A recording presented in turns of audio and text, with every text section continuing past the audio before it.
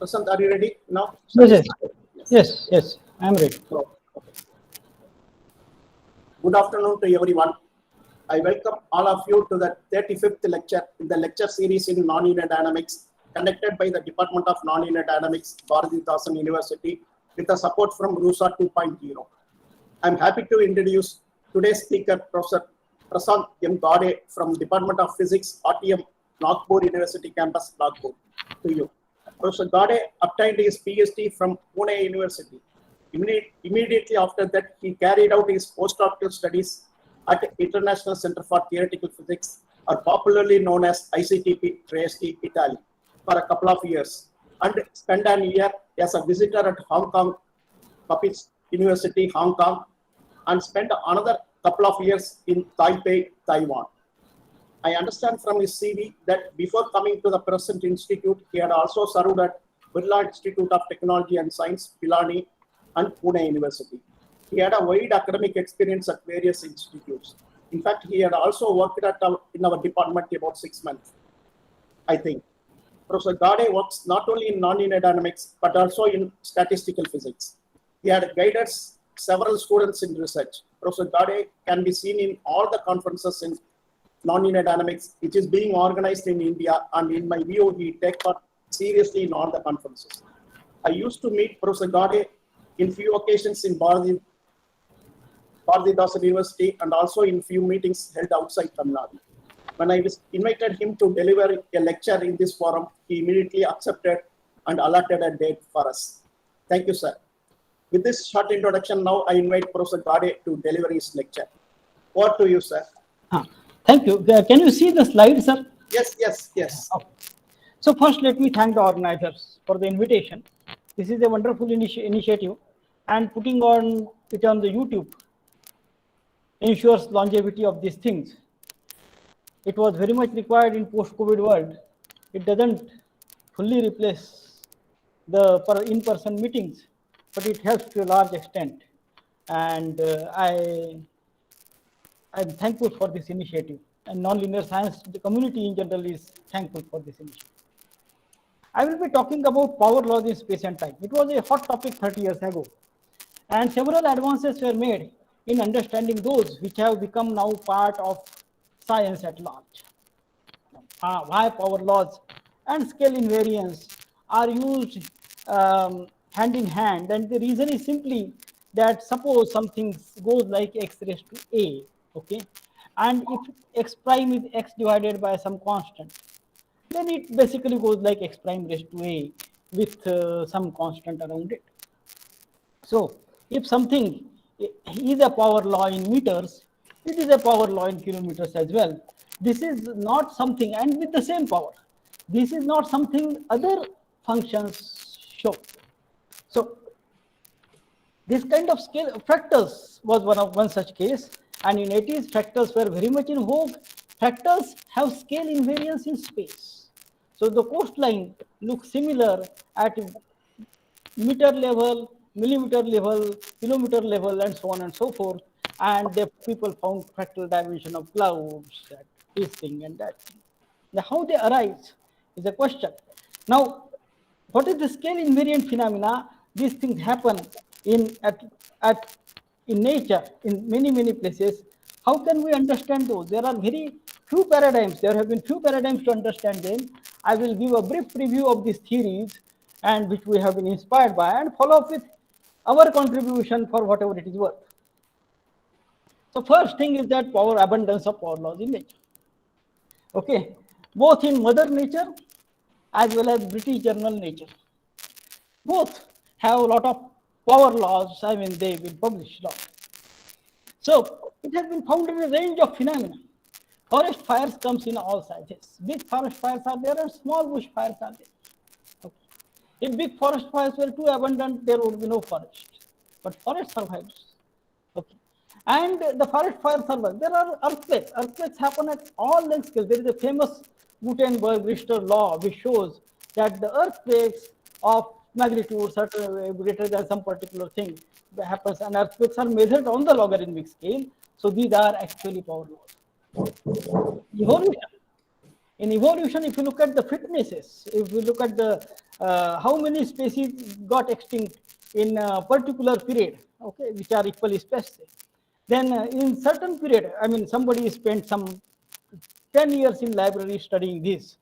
And what he found was that if you look at the number of species which go extinct in some particular period, okay, sometimes a huge number of species go extinct and almost sometimes almost nothing happens.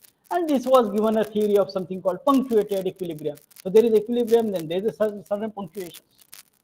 Solar flares show it, landslides show it. Epidemics come in all sizes. Not only that, terrorist activities come in all sizes. Brain activity comes in all sizes. This is really surprising. Fluctuations in cotton prices. How do cotton prices fluctuate? I mean, recently they have gone through the roof. So if I am a commodity buyer or seller, now do I want to know? I want to know whether the correction is around the corner or should I hold cotton? Statistics doesn't tell that. Statistics tells that there is a possibility of this particular big correction happening is small but not very small. It's power law. What does power law tell? The power law thing is, I mean, suppose you have students in the class. Students in the class have some particular distribution, height distribution. You will have some generally 5 feet 6 inch student, and 6 foot student will be rare. 7 foot student will be rarer, and you will never have a 100-foot student in your class if there is one your university doesn't support him, right? But fluctuations in cotton prices, a big fluctuation is rare but not unlikely. And this doesn't help me making money, but this tells you statistics. Look at the distribution of city sizes. Okay. Now, not only cotton, other commodities pattern have the same pattern. Now, this is data of earthquakes, for example. Third thing is data of earthquakes. They show a power law. Something of magnitude greater than something. So on the log scale, I mean, magnitudes are logarithmic, so it is actually log scale, and you see it. Then there is a size versus rank. Okay, it is similar thing. It is there is a one-to-one correspondence between this frequency thing with rank distribution. They show a power law as well. Now why should it happen? Because why should city size show such a power law? Should it not depend on the party in power? Should it not depend on the whether it is communist regime or whether it is other regime or this regime or that regime? Seems like these power laws are invariant under many details which we find major, and our individual fortunes are certainly dependent on it. But if you look at, say, distribution of wealth of individuals in a particular country, okay, from ancient Egypt to modern Japan, there is a power law in number of people which earn, say, 1,000 rupees a day, 100 rupees a day, million rupees a day. You will see people of all incomes, and there is a power law in that. So this was found by Pareto in I think 18th century or like, and this is independent of space time. So how does the wealth organize something like this when which is independent of the political system? It is across nations. Now, why this is possible? Because in nature you have power laws so many places, and in physics, particularly statistical physics, you first see power laws rarely. So where do we see power laws? See, we see power laws. So you have some phase which is zero, magnetization. So you have got ferromagnetic to paramagnetic kind of transition. Now, what does this transition say? This is there is a quantity called magnetization, which is non-zero in one phase, I mean, and then zero in other phase. This is the outer current, and there is a particular critical temperature or critical magnetic field at which this thing happens. And if this particular transition is second order, then you have got power laws, continuous phase transition. Now this happens very rarely. Experimentalists will spend months going to this particular critical point, and they will have some power law over maybe 1.5 decades, and that's such, and that is enough for publication because editors understand that you can't do better. Computationally, students will spend a month locating the critical point. but nature finds them effortlessly. Brain activity is at the critical point. It has advantages apparently. Apparently, the computing at the edge has advantages so that the information, propagates, etc. I will come back to this. And these second order phase transitions are actually, have certain kind of universality. Why is this important? It is important because it helps to tell that maybe not all details are important. Maybe not all details are important. This is a Guggenheim plot. In 1945, he did a plotted reduced temperature versus reduced pressure at the critical point where the liquid vapor mixture, okay, and the transition happens. So this particular transition from liquid or vapor to liquid vapor mixture, okay, you plot rho p and you plot it for some 10 different elements, and all of them fall on the same curve. So whether it is xenon or whether it is randon or whether it is this or that, doesn't matter. They all are the same. And at this particular point, all kinds of length scale arise. This third picture is that of a Ising model at the critical point, critical temperature. You can see droplets which are aligned in one direction of all sizes. And this is seen in this something called critical opalescence. So what happens is that if at the critical point, this particular mixture, liquid binary mixture, becomes white, it shows a milky white from the transparent color, because it starts scattering all kinds of length scales, because all kinds of length scales are present in this particular thing at the critical point. This is known as critical opalescence. So space-time invariance does happen, and then there are models which tell you that, okay, so which are these models? There is one of the models, it's Ising model and other. Now, power laws are at a critical point. So phase is defined in the thermodynamic limit. You know that, and so even infinite system has order, okay, and all spins, or at least majority, are pointing up, etc. And at the continuous phase transition, what will happen is that you will have huge clusters of spins which are lined in one direction, and they are in large sizes. You have large size cluster, you have small size clusters, and both clusters can occur.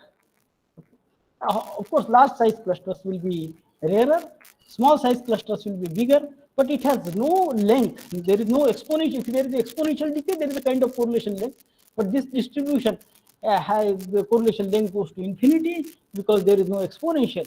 And Henkel models have given exponents which are found in a range of systems. Ising model and quark-gluon plasma or something like that have the same exponents. Things which don't seem absolutely dissimilar have the same exponents. Dimension and symmetry are the only thing matter. So what they say devil is in details. Not really. Devil is in ignoring the details. So more things change, more things remain the same. Now, so what people thought that let us go for toy models. Let us go for toy models, which, why not? I mean, this is a Picasso's famous series of painting of a bull. I mean, he just goes around from an actual bull to a model of the bull. And we have been with toy models. We have been working with toy models forever. What physics would be without toy models? We have point particles, we have frictionless pulleys, we have massless strings, and so on and so forth. Our textbooks are full of such things, and they work. They work. Of course, they are models, but all models are, of course, false. But some are useful, and why wouldn't it be? I mean, if you make, if you want to find the orbit of Mercury, you don't look at the temperature of Mercury, you don't look at the pressure of Mercury, you don't look at atmosphere of Mercury, and so on and so forth. It is a point particle, and it does perfectly well the job of finding these things. Let me just take, so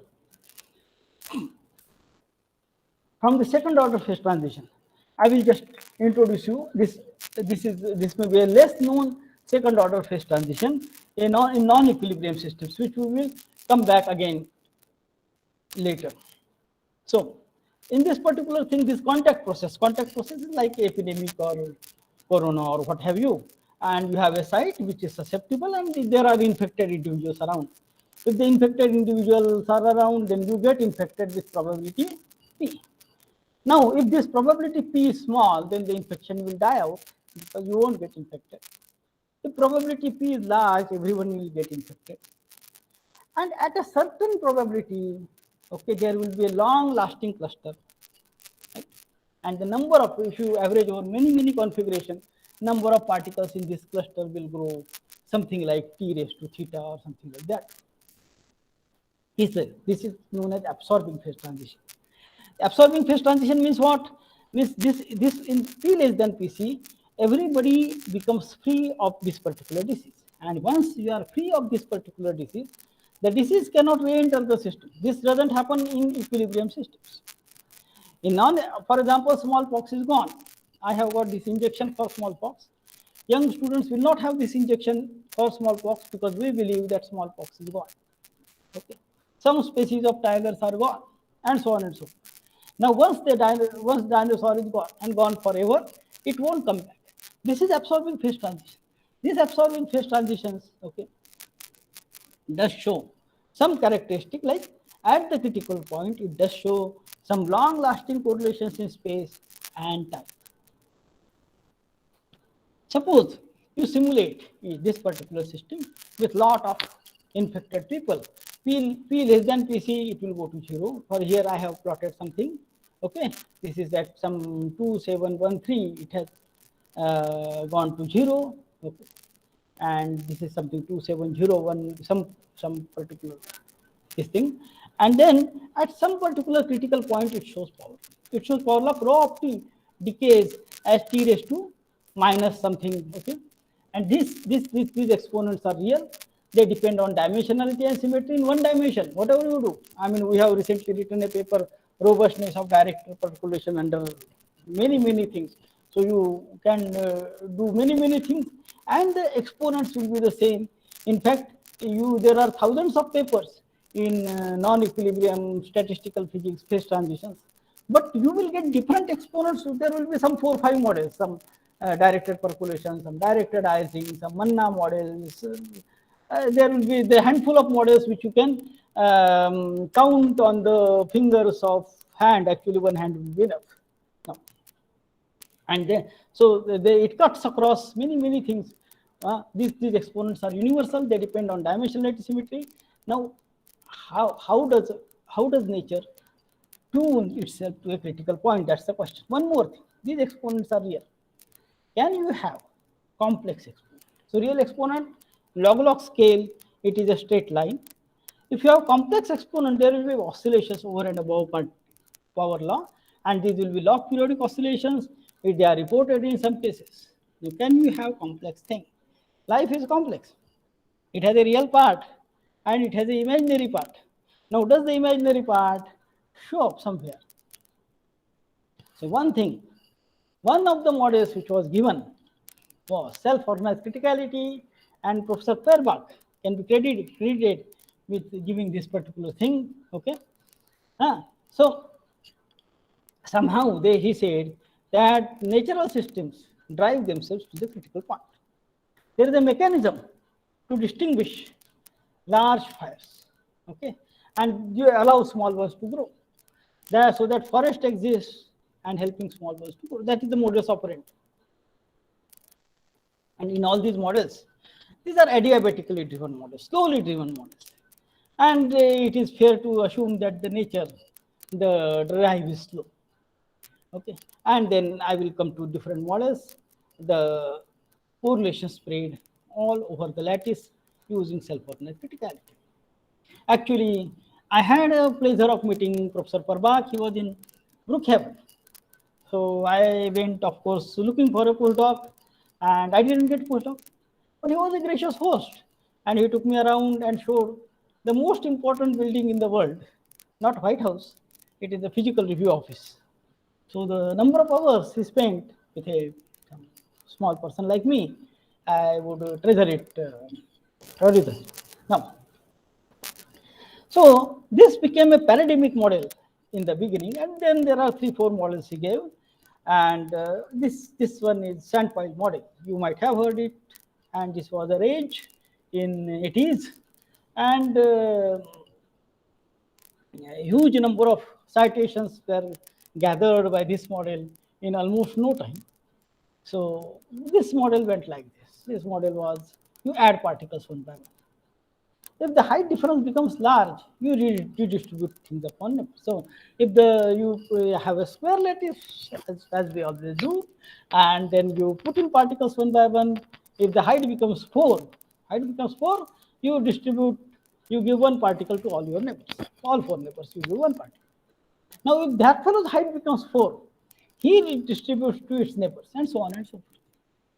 So sometimes it may just eat up this particle, may just take one particle and just stop the activity. Sometimes the activity may spread over a large cluster, this particular cluster, and then it will stop. And when the activity stops, then only you add new particle with the adiabatic kind of this thing. Now, how do the cluster sizes scale? The cluster of so-called avalanche. How far did the disturbance go? This cluster size of avalanche goes like a power law, and so does cluster lifetimes.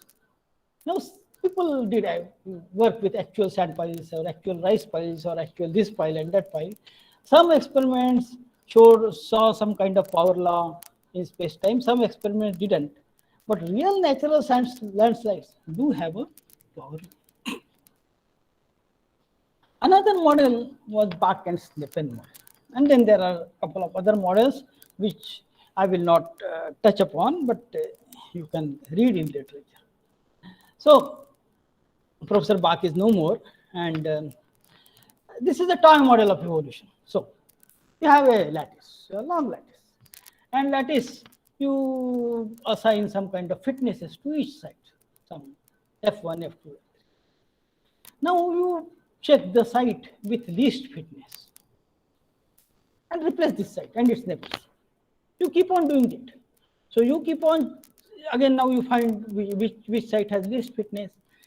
Now automatically correlations develop in space and time such that the jumps between different lattice sites, that shows the power law.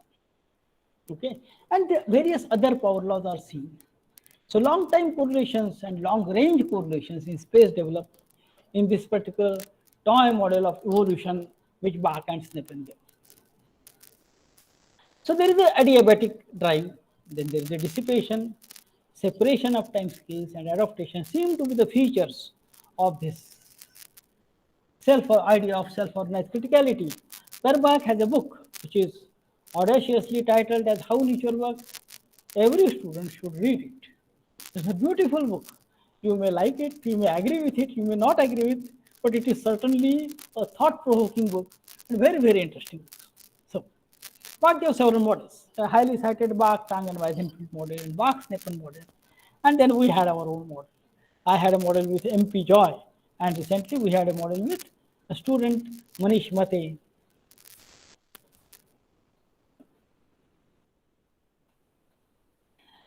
Other thing in which the power laws arise, at least in time, if not in space, was something called Griffiths space. This is not so well, not many people work in it.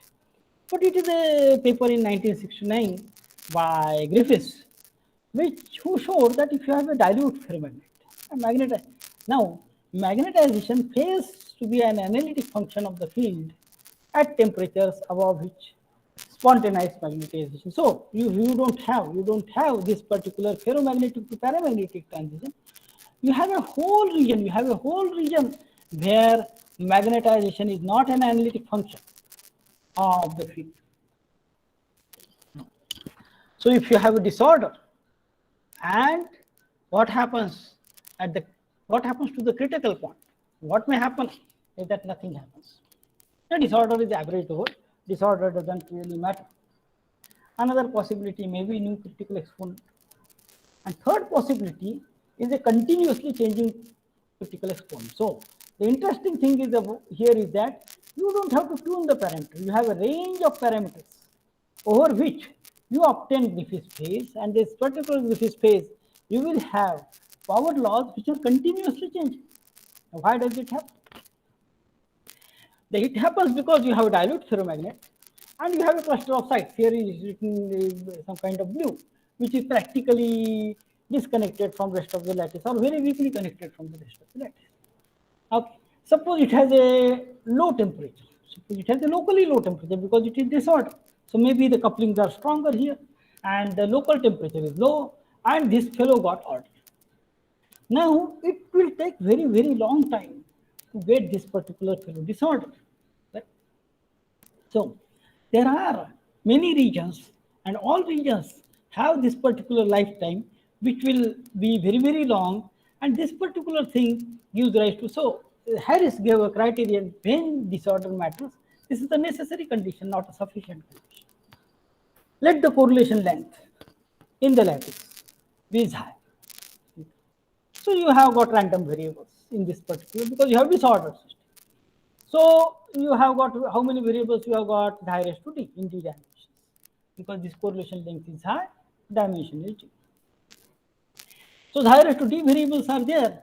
Now, what will be the so Tc is the average temperature. What will be the fluctuations of the order will be by law of large numbers I raised to minus d by 2, square root of I raised to 1 upon square root of I raised to 2. Now, if we require that the distance from Tc, that T minus Tc, is greater than the width of fluctuations, then it will not be relevant. That xi raised to T minus Tc is greater than xi raised to minus T by 2. But xi is what? If the correlation length is high, then xi is like T minus Tc raised to nu, where nu is the correlation length critical exponent. So we require T minus Tc is greater than T minus Tc raised to nu d upon 2. So the fluctuations are irrelevant in if nu d is greater than 2 and relevant otherwise. And so we do see in one-dimensional contact process show this particular property. So this necessary condition is satisfied, and there you can see power loss. What happens here? You have got exponentially rare regions. The rare regions have exponentially small probability. I mean, something say of the say minus happening some 10 times has probability say half raised to 10, like that. And half happening say 20 times will have probability half raised to 20, something like that. So the rare regions are exponentially less likely, but because the things because these are random numbers and sum of random numbers will have but they have exponentially large lifetime. So these exponentially rare regions with exponentially large lifetimes, this convolution leads to a power law. And I will come later again to it, and then I think I can explain it better. What happens in rare region? One thing, class A disorder averages out, doesn't matter. So this disorder doesn't matter. After if you look at all the exponents, it's same. System behaves like homogeneous system. This small disorder at small length scale doesn't really make. Class B,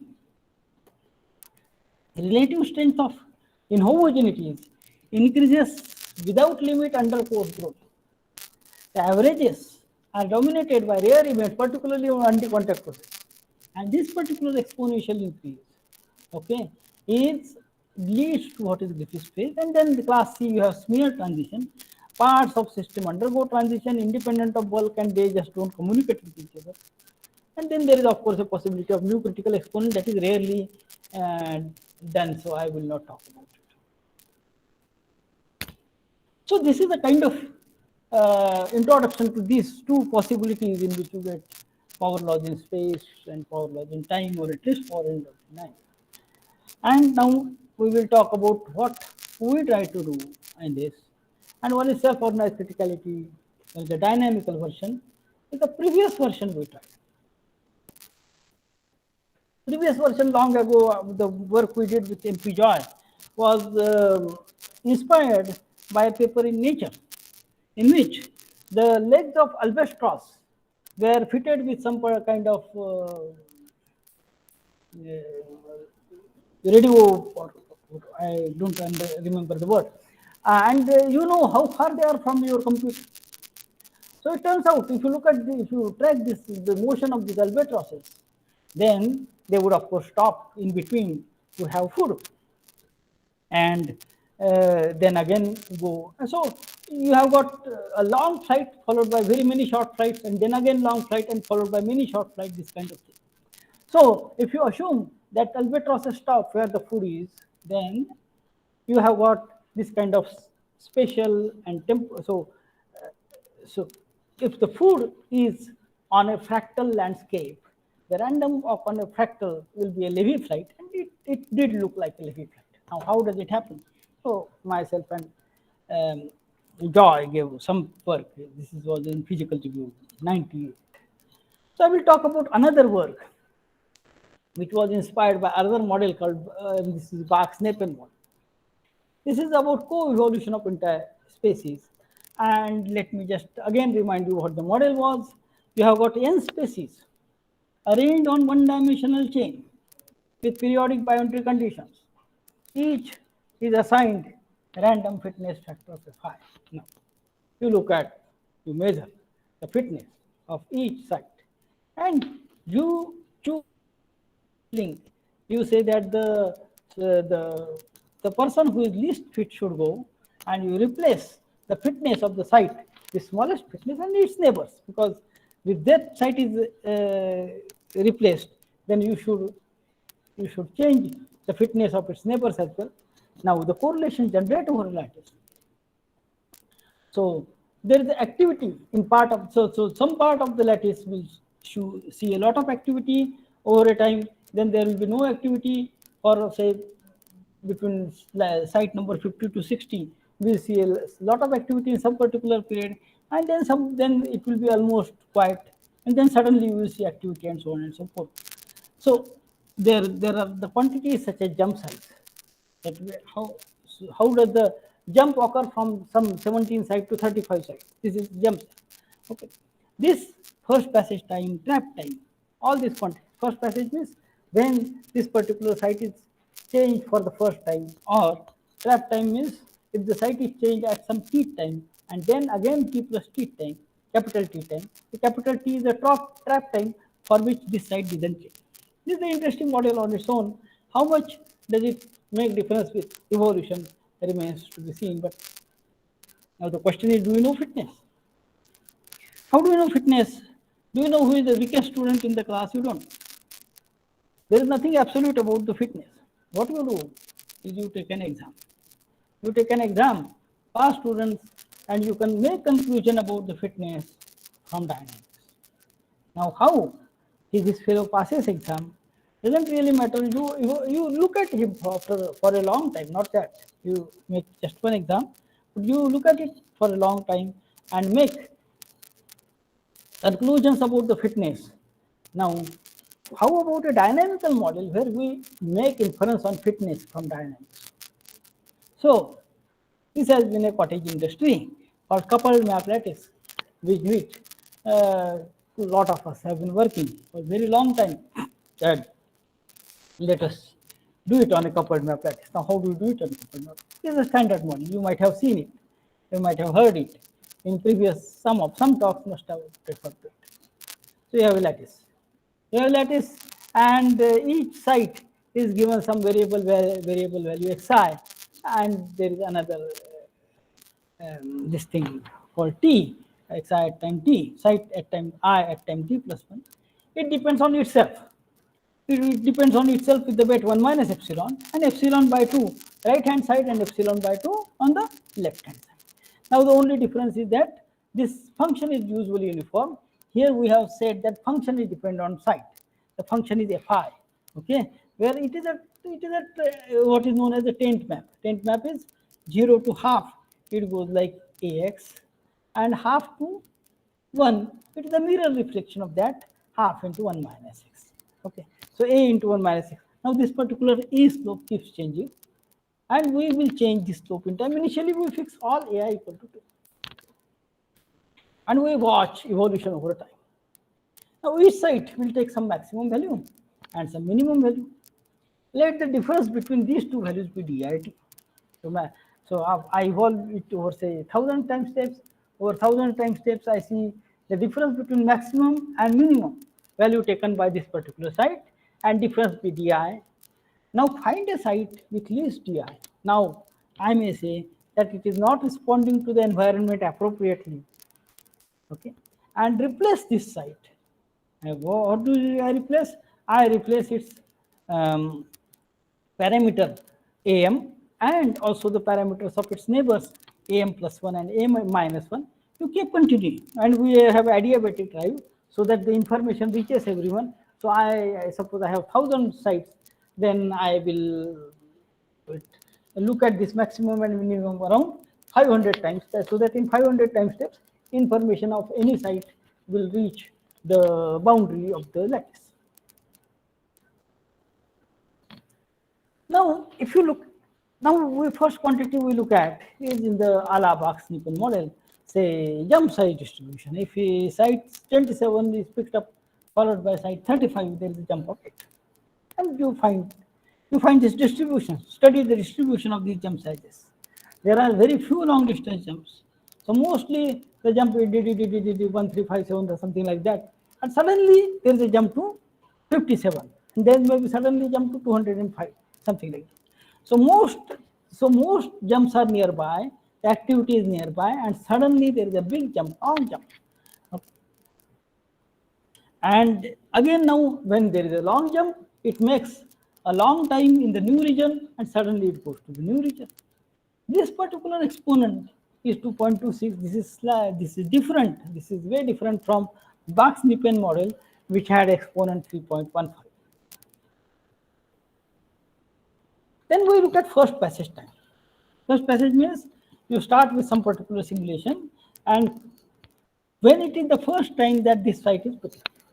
Now some sites will be picked up immediately. Some sites may not be picked up from long.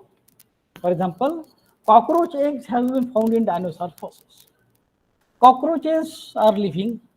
Dinosaurs have gone for long. Cockroaches have survived even, by the way, this nuclear explosion at Hiroshima and Nagasaki. So cockroaches might inherit all the earth. Now, what is the first passage time? This first passage time shows a power law with power minus 0.6. And we compute another quantity, namely, if a site is updated at some time tau and later at time tau plus delta tau, what is the nature of the probability distribution of the return times? It again shows a power law with power minus 1.6. All these quantities do show power law for the 10. Does it depend on the nature of the map? So let us use logistic map.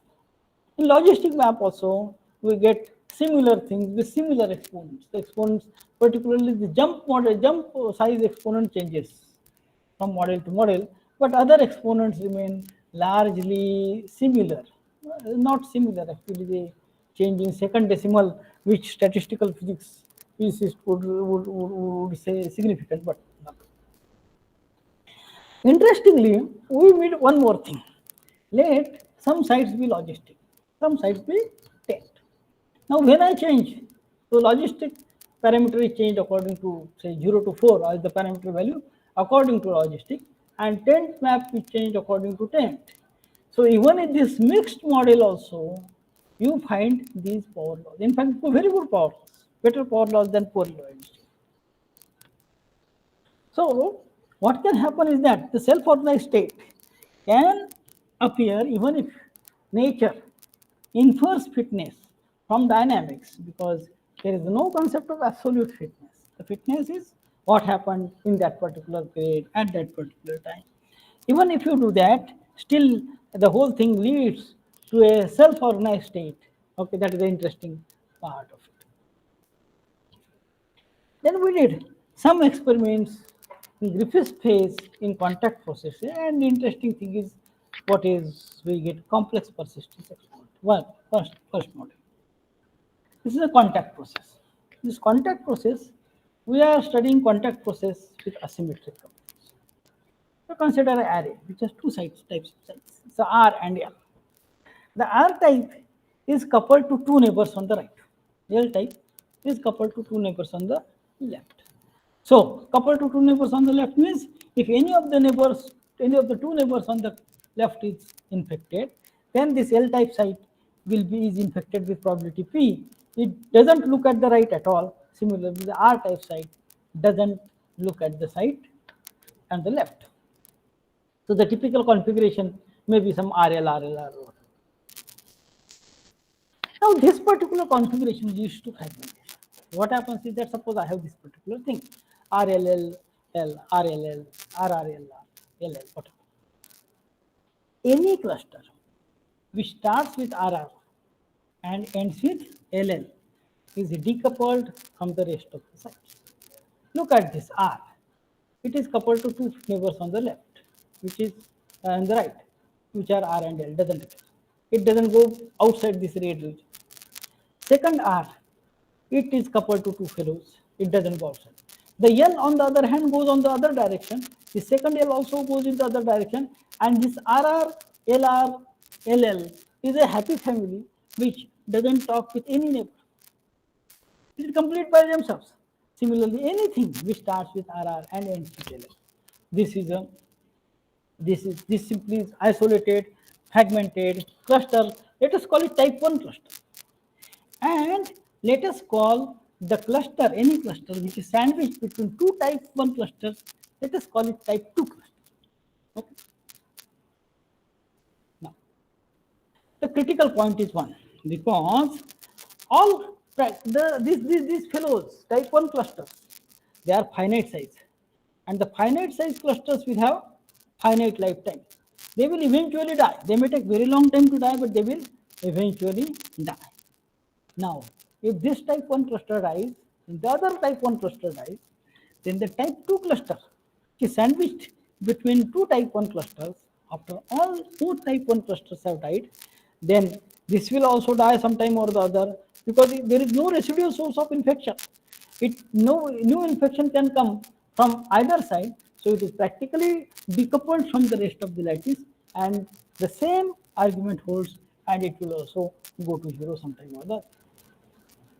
So PC is equal to 1. It may take very long time, but it will die. So all type 1 clusters will die to 0 state.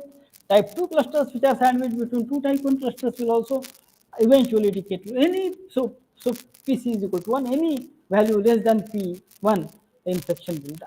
We study evolution of order parameter. The order parameter is being the number of infected sites. This number of infected sites shows exponential decay for small p and the power law decay as p tends to 1. For p close to 1, if you look at it, this power law has some oscillations, and is it noise? You average and average and average, and averaging doesn't help. So if rho of t is equal to t raised to minus delta, what should happen is that rho of t into t raised to delta should be a constant. So if it is not going to go, and it is not really what has happened is that here you have complex exponent. Say suppose rho of t went as t raised to minus delta with delta complex. So you have got, it has real part and it has imaginary part. Real part is delta prime, imaginary part is delta double prime. So delta prime plus I double prime. So rho of t goes as t raised to minus delta prime into t raised to minus I delta double prime. T raised to minus delta I delta double prime is exponential minus I delta double prime log t, right? So this as real part is the cos delta double prime log t. So if you look at the real part, rho of t will go like t raised to minus delta prime into cos delta double prime log t, and rho of t into t raised to delta prime is equal to cos. So the complex exponent will lead to logarithmic oscillations. This is what you get. And I am sure most of you have never seen this, because when you multiply, you have real exponent and you have got a flat line at this particular part. Here you have got oscillations, logarithmic oscillations, and they are nicely, you have got this cosine nicely fitting this particular part.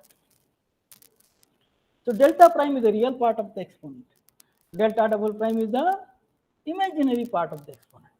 Now, as the probability went from 0.95 to 0.85, this delta double prime has increased. Delta double prime has increased. So at p equal to 0.95, you have got this long wavelength oscillations. At p equal to 0.25, you have got small wavelength oscillations. Okay. The amplitude and the wavelength of oscillations keeps increasing with p. You can see here these oscillations are dominant, and these oscillations are visible only when you factor out the real part. Again, the onset of oscillations is later for larger p, and the reason is obvious. The fragmentation I was talking about, for larger p it will happen later, because these type 1 clusters will take a long time to decay, and then they will get decoupled, and then the type 2 clusters will also take a long time to decay. So this fragmentation effect will kick in little later, and so the onset of oscillations is later for larger p. Same thing in 2D and 3D. Say, suppose we have one neighbor which we care, only one, and we connect each side to one neighbor, say left, right, up, down. In 3D, you can go left, right, up, down, okay, and say front, back. Okay. Okay. So in 3D, we can connect to one of the directions. Again, PC is equal to 1, ypc is 1. We connect each side to a connect side which infects it, then it becomes a random. So this side infects this side, infects this side, this side infects this side, and suppose, see, so if you have a random walk, then it will sometime or the other come back in to itself. At least in 2D, it has to come back. Now this walk continues as long as it is self-forwarding, and then now this particular cluster of type A is again kind of type 1 clusters. If all these sites became disinfected, then the infection cannot come back to these sites. Infection cannot come back to these sites. Similarly, whenever there are loops, if these sites become disinfected, this infection cannot come back to these, because these sites are in some sense self-sufficient. They don't talk with the rest of the lattice. So this is practically 1D system, and so what happens is that this walk continues as long as it is self-forwarding, and if you look at the number of walks, so these are type 1 clusters. Once infection dies down in these paths, it cannot be entered. The walks between two type 1 clusters are type 2 clusters. They are practically one-dimensional. So once infection is over in type 1 clusters, type 2 clusters have no residual source of infection and then decay. Again, PC is equal to 1. If you look at paths of length, certain length in 2D and 3D, there is the exponential decay of number of paths of certain length, which before they cut each other, before they self-intersect, right? You know that self-forwarding box will go down with the exponential probability. In 1D also, the clusters of certain length will decay exponentially. And the lifetime of these clusters grows exponentially. So this is the general explanation of Griffiths phase, but here there is a catch. The catch is the following: this lifetime, if you look at the lifetime of cluster of length k, if you take this, say, some RRLL kind of cluster, you fix zeros on both sides and try to look at the lifetime of this particular cluster. This particular cluster lifetime grows exponentially. Of course, the exponent changes when the value of p is different. Okay, the larger the value of p, higher the exponent, but there are odd even oscillations. 2, then 3, then 4, and so on. So if you average out the exponent, then there are odd even these things become very, very pronounced. Okay. And we may model this particular lifetime as exponential of, not exponential of bx, but exponential of bx multiplied by some exponential d cos pi x, because they are odd even, right? So cos So the integer, it will take minus, plus and minus sign, and this probability will go up and down. So the probability of finding a fragmented cluster of length x is exponential minus cx, and its lifetime is given by this exponential bx minus d cos pi x upon root x. That was our fit. It's not a great fit because we don't have data for large values of x. Now this integral is usually done by saddle point approximation, or so-called Laplace method, and what they do is that they find derivative of some lambda fx. So they find derivative and find where it goes to 0. It is not very easy here because you have got this cos pi x upon root x kind of thing. So the inverting the function is not easy, and we were not able to use Laplace method for this particular thing, and finding this 0 numerically did not, we just thought that we will find the integral numerically.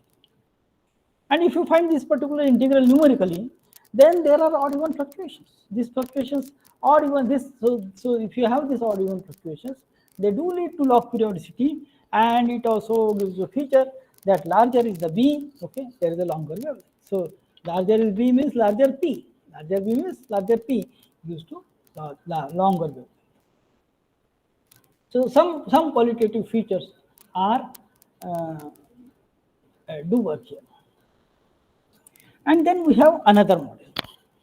We take strongly perturbed contact process. So we have got two types of processes in the same process. So you have got this lattice sites, and you have got again the contact process. Then one rule is DP. Okay. So you care. So if at least one neighbor is 1, you become probability P. Both neighbors are 1, still you get infected with probability P. Just the same rule as before. In compact directed percolation, what you do is that if your all neighbors are 1, then you become 1 with probability. If all of your neighbors are infected, you can't avoid getting infected. This is called compact directed percolation. So directed percolation has a absorbing state 0, 0, 0, which it can't escape. In compact directed percolation, 1, 1, 1, 1 is also an absorbing state, because if all your neighbors are 1, you have to become 1. So it is symmetric, its PC is equal to 1, etc. Now, what we will do is that we will have, if all some neighbors at 0, some neighbors are following DP, and some neighbors are following P. Suppose we do that. Suppose we have this kind of disorder. Disorder in the rule, not disorder. I mean, okay. So in some sense, CDP has slightly higher infection probability, but this is the disorder in the rule. And we compute rho of t, and rho of t shows standard Griffiths phase. That is, P below PC it saturates, the number of infected individuals saturates, P greater than PC. If it is less than critical point, then it decays, but the decay is not exponential. The decay is power law, and this power law changes. Why this is important? Again, I am repeating, because you get power laws in range of parameters, not just at a one critical point. So the similarity with what motivation was given before is that you have twinge disorder, which you will have many natural phenomena will have it. And if you have twinge disorder, you may have power laws over a range of parameters. So this is a less exotic, but perhaps more probable source of power laws and in a range of systems. Now this power becomes, I mean, there is no critical point, the power is not, power becomes 0, and the decay is logarithmic. This is so-called activated scaling universality class. This power tends to 0. At the critical point, if you take a single seed and number of surviving configurations from a single seed, they grow logarithmically and log to the power something, etc. So the growth is logarithmic at the critical point. So rho of t goes like 1 over log t by t naught s to delta bar. So this really needs a lot of averaging. And this is the standard. So this is you can say this is not new. It is known that such systems will have power laws over a range of things, and this power will be there. This power will be continuously changing, and this power will go to 0 at the critical point, and things will be logged. In this system, we try to see another quantity called persistence. What is persistence? Persistence is something that you did not change your religion, even once till time t. You did not change your initial condition. You did not deviate from initial condition, even when time t. Suppose some site is like 0, 0, 0, 0, 0, 1, 0, 0. Then at this, it has persisted till 6 times step. At 7 times step, it became 1. So you just forget it. Okay. So this is a clearly this is a quantity which will monotonically decay, because as soon as this fellow deviates, you throw him out of the system. So this is the one shot thing. Now, what will happen in the absorbing state is that if system goes to all 0 state, then if something started in 0 state, it didn't reach 1, and the system goes to absorbing state, evolution freezes. Evolution freezes, so anybody which has persisted till that time would persist forever. So the persistence will saturate to some standard value. But in the active state, persistence will go to 0 sometime or the other. So active sites will become inactive and inactive sites will become active. Of course, I am assuming that the activity proceeds. I mean, if certain parts of the lattice are decoupled from the rest and the activity doesn't reach them, then that's a different matter. But otherwise, persistence will go to 0 in the active state. And in general, in directed percolation kind of system, this is the representative picture. So P less than Pc, P greater than Pc, and you have got some power law. This is a new exponent. You usually obtain an exponent which cannot be is non-Markovian system, because whether the system has persisted or not, to know that you should know its entire history.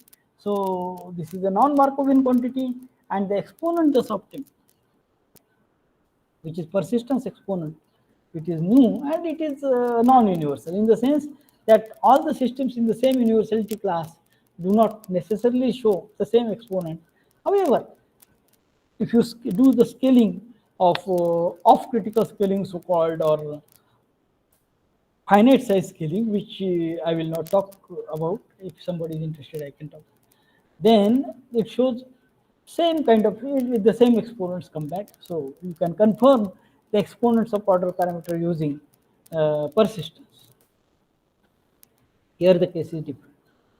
Here it is almost like a power law, but there are oscillations over and above. Say persistence at time t goes like t raised to minus z, and with again the same argument. Suppose it has theta, real part, and theta prime is a complex part.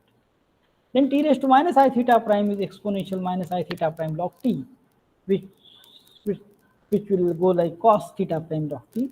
So p of t into t raised to theta will go like cos theta prime log t.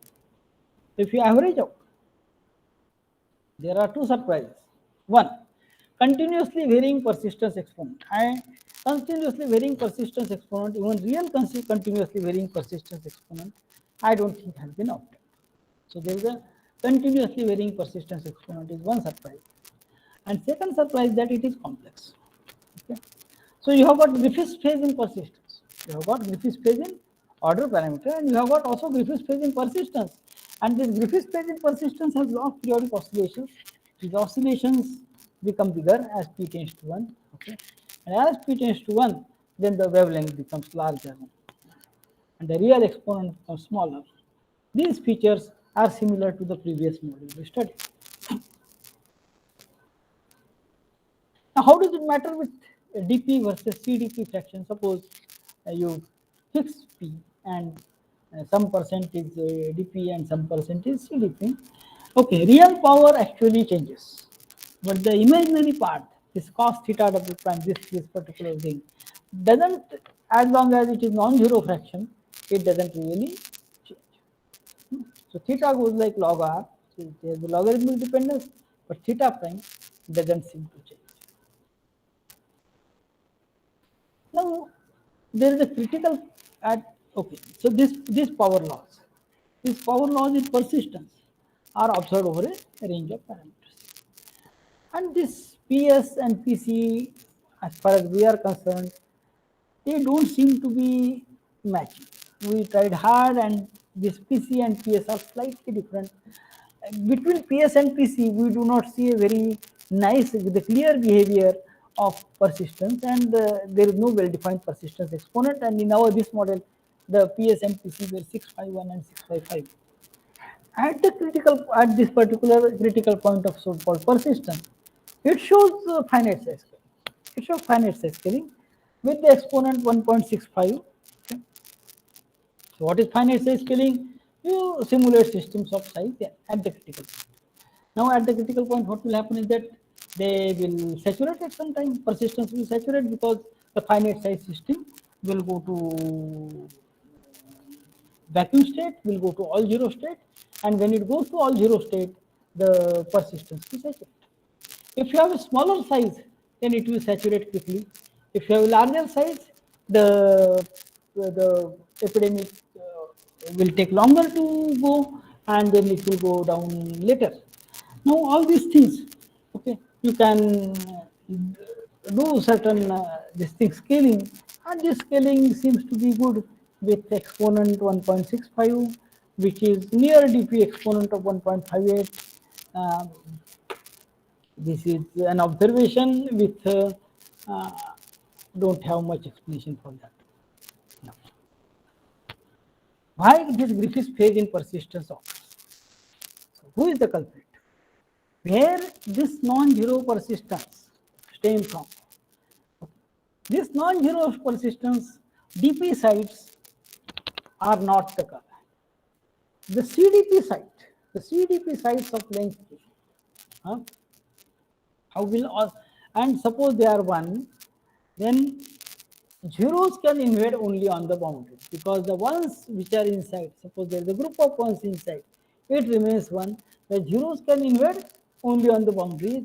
So if you have CDP cluster of length K, how will all sites become inactive at least once? The probability will go down exponentially. Okay. And if you look at PK, the average time required for all sites of CDP cluster of length K to be 0 at least once. It shows if you look at fragments of configurations, you divide by normalize by average time of configuration, then odd size clusters and even size clusters have different distributions, but not only distribution. If you look at lifetimes, this is even better. The odd even effect is even more pronounced. Okay, so as p grows, the exponent increases. That is fine, and then there is exponential rise in the lifetime of compact directed percolation cluster of length K. Okay, how long it survives? So there is the odd even effect. Okay. The odd sites have marginally larger lifetime than even size clusters. And again, you can have the same argument. You can carry out this particular integral of convolution of exponentially rare regions with exponentially increasing lifetime, but with a catch, namely you have got the odd even effect. These oscillate, and if you do that, then you get the same result numerically. You can carry out the integration, and this correlates with oscillations in which show log periodicity in this. You can also try immunization above percolation threshold. And I think so. Summary. So you have got power laws in space-time in many cases. You have got them evolution. You have got them earthquakes. You have got them in city sizes. Okay. You have got them in solar flares. You have got them in wealth. You have got them in company man. You have got them in stock market and cotton prices and what have you. And the fractals are there all over, coastlines and clouds and so on and so forth. Now, how do they arise? Because as I said, that in statistical physics, you find them only at the second order phase transition boundary and not otherwise. And how does nature find out? So there have been a couple of mechanisms have been given. One is a very exotic SOCE, by a flamboyant Perturbed, and slightly older Griffiths phase, has at least power laws, change in time, and all it needs is certain kind of disorder which overcomes the regions and so on. So now, what we see is that we can even get complex exponents in such case which were not reported so far. So you have got log periodic. Okay, the complex exponents have been reported. Have been reported when the underlying structure is fractal, underlying structure is hierarchical, underlying structure has some kind of self-similarity. In our case, there is nothing like that. In fractals, log periodic oscillations or complex exponents occur all the time. But in our case, there is nothing like that, and still the complex exponents occur. That is the interesting part, complex resistance. And then we also, so we had this couple of models. In one case, we had this complex exponent in persistence, and other more interesting Hello, yes, someone. So another thing which is probably more important is that you have got complex exponent in the hello. No. Should I stop? No. You just go ahead. Just so complex exponent in the order parameter itself. And then we also gave another model of self-organized criticality with dynamics, that you don't punish the least fit spaces, you punish what appears to be least fit. You take an exam, and this leads to power laws in space and time, and it does seem to be fine. So these works on complex exponents and these things were covered in by Priyanka Bhuyer, she did her PhD in experimental physics, and she worked with me for a while when she was teaching in the department. And then this is from a PhD student, Manish Matte, who both of them now hold a job in different colleges in Nagpur University. There is one more possibility. This was done with Sukratu and Senthil Kumar and Sudeshna, and in which if you have negative coupling, you may have range of parameters. Okay, you may have range of parameters in which you get power laws. Now, ongoing work with Manoj Varamja, another student, also shows that if you have got negative, negative coupling, the problem is that the things blow up, and it is numerically unstable kind of thing. So if you take some kind of circle maps here, so by hand the things don't blow up, or you take Gauss map, which has a domain over entire minus infinity to infinity, but a small range. So in this case also we have exponentially decaying range, and then you have got some kind of saturation and a range of parameters over which you see same power. That is quite interesting. This we have not talked about. And then I would also like to thank Parangama Sen and Spencer Verma for discussion. In fact, one of the works started with Parangama, but then she pulled out saying that she is not able to give enough time. So I think that ends my thing. So let me thank you, and yeah, we have 15 minutes more. So if any. So thank you, Professor Prasad. So it is time for clarifications. Yes. Questions.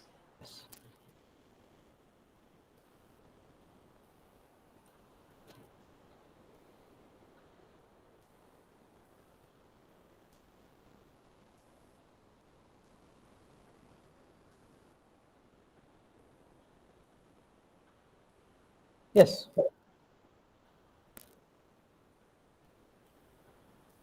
It's time for questions.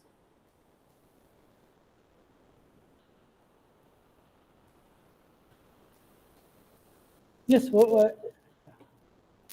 I'm not getting any questions. Tell me. You're not getting. Prasad, I have a couple of questions. Yes, please. Can you define once more the fitness of the site with the smallest fitness? Okay. In Back-Snappen model. Back-Snappen model, they assign random numbers. They give random numbers to all n sites. Okay. And then look at the site with smallest fitness, which is smallest number, and replace it with a new random number. And you replace its neighbors also with a new random number. Now again you scan the entire lattice. Okay. So you have kind of global information. You know who is fit and who is not. and then you replace the local information comes only in when you change the fitness of the neighbors. The neighbors are on a particular type of lattice. Oh, So these are random numbers. then how do you define this fitness factor? Can you redefine fitness factor? Yeah, no, okay, this fitness, all I mean is fitness, maybe just fitness. So this is what they did.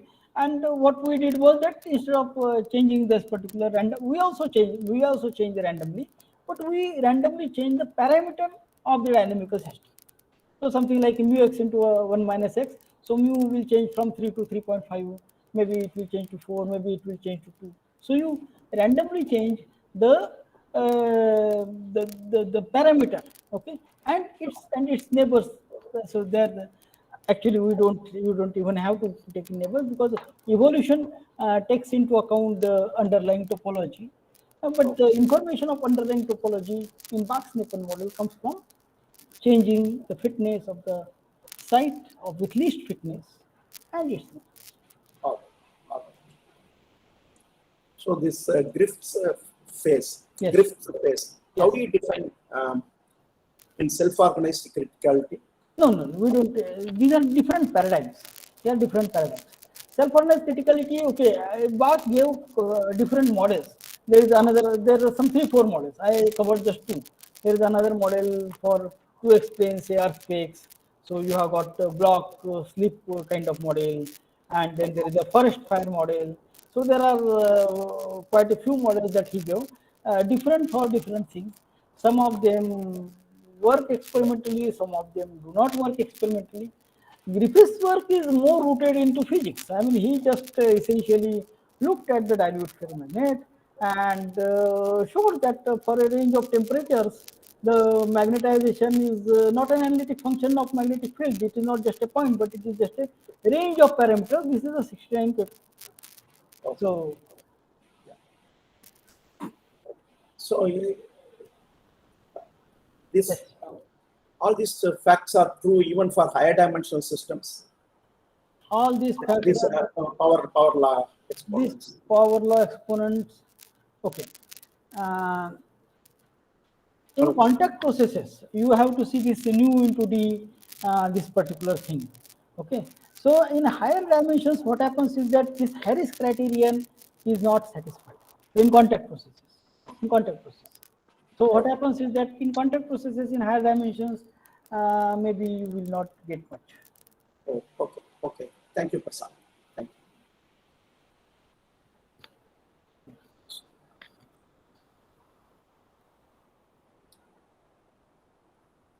Yes. Any? Yeah, I'm waiting from the Yes, students. sir. Maybe they are a bit hesitating to ask you. Okay. Anyhow, I'm not getting any questions from others. Yeah. So I would like to conclude the session by thanking Professor Prasad Gade for giving a very interesting talk on this. Thanks for invitation. Yeah. Thank you, Prasad, for accepting our invitation and delivering a very good, very interesting talk in this forum. Thank you. Thank you very much. I will write to you other details by email. Okay. Thank you.